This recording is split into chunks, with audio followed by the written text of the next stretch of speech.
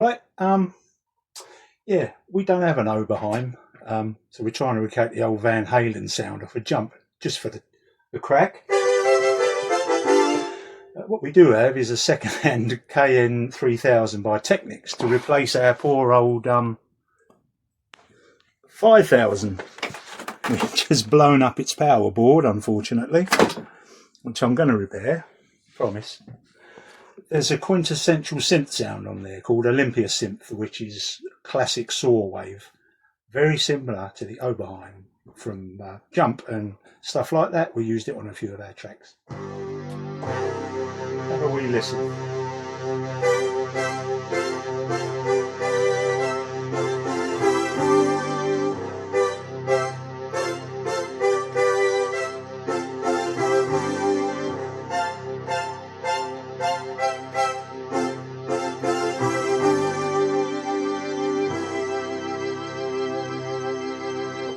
Sounds very similar. How much was the keyboard? 150 quid.